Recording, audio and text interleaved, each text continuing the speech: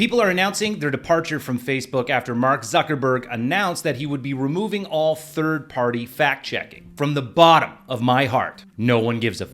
Thanks for letting us know, but you're an adult. You're not gonna miss out on where the big house party is this weekend. You can leave a social media platform anytime you want. Oh, and also, we don't care where we can find you. I'm not adding you on Blue Sky.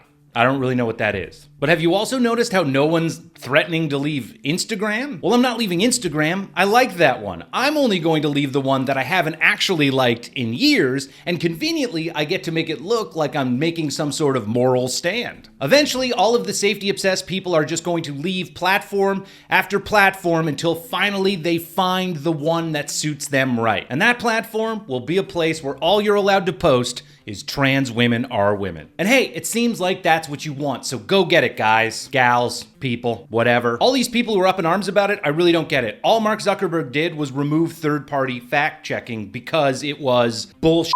It was full of people with political bias, so they weren't fact-checking, they were ideology-checking, and that's quite a bit different. I know that deep down you know that everything that you think and believe is right. And the reason why you really know this is because you never interact with anybody who thinks or believes different things than you do. Do people really think that the fact-checking on Facebook was good because it perfectly lined up with their ideologies? There was a point in time on Facebook that if you wrote that COVID came from a lab, your account could get suspended or you could even get banned. But if you wrote that men can get pregnant, you were fine. That's top-notch fact-checking. And someone might be watching this right now thinking, well, that's because it's true. Men can get pregnant. Stop. I'm still not following you on Blue Sky. Private platforms are allowed to do what they like. Remember that? Remember that that was something that you always said? Well, they tried it your way for a while, and they're done now. Now, it's your turn to deal with it. And by deal with it, I mean scroll by the posts that you don't like. Because let's get down to brass tacks here, folks. This is not about you being worried about misinformation. Sure, misinformation exists, but it's not like you guys are calling balls and strikes. Here are some things that happened in the news over the last few years that were reported on inaccurately. These were things that different media outlets got wrong,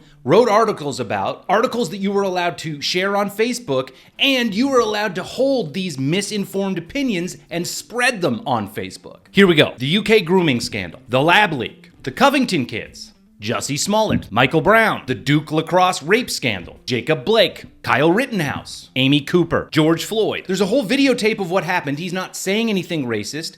They scrubbed through his social media. They didn't find anything racist.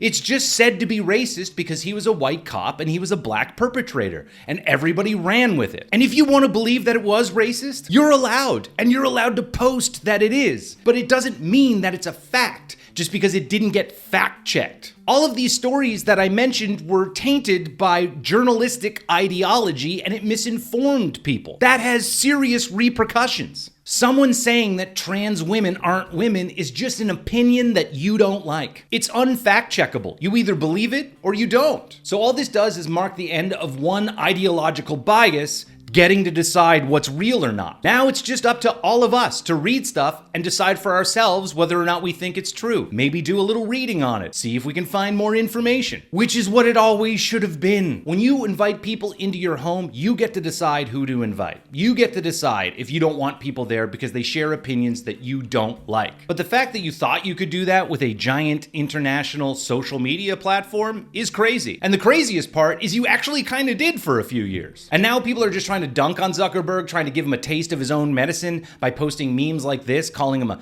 pedophile and saying that there's no fact-checking anymore, so we're allowed to do it. You're proving the point, though. You are allowed to do it. So go ahead. It's satire. That's a joke. Of course you're allowed to post jokes.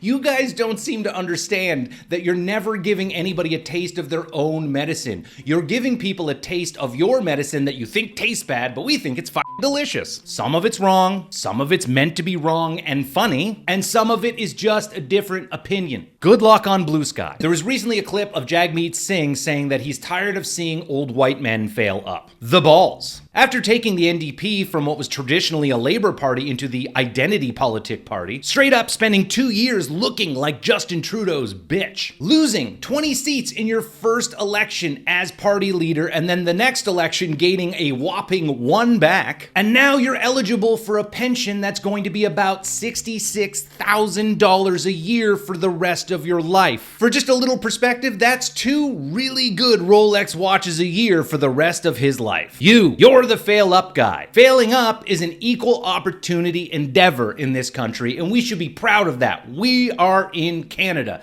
where everybody can fail up. It doesn't matter your gender, your race, your religion, or your sexuality. Everybody has the potential to lead a political party and not accomplish a goddamn thing. So, thank you very much for projecting your own failures onto old white men. Congratulations on achieving your new pension that will be funded by the taxpayers. Good luck on TikTok. I expect to start seeing you really nail those handstands. Pack your Gucci bags into your BMW and f*** off.